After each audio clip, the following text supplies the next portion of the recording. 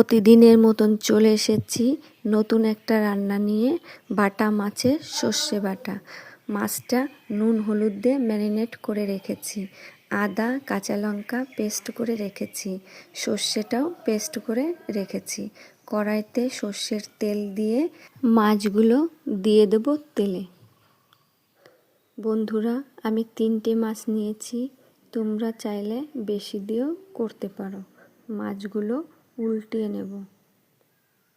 উল্টানো হয়ে গেছে বন্ধুরা, আমার মাছ ভাজা হয়ে গেছে। মাছটা এবার তুলে নেব।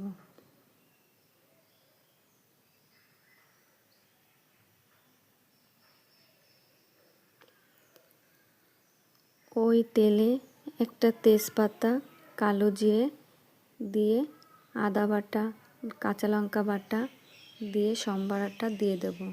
তারপর নুন হলুদ দিয়ে ভালো করে মশলাটা কষিয়ে নেব। যখন মশলায় তেল ছেড়ে দেবে তখন কষানো হয়ে যাবে।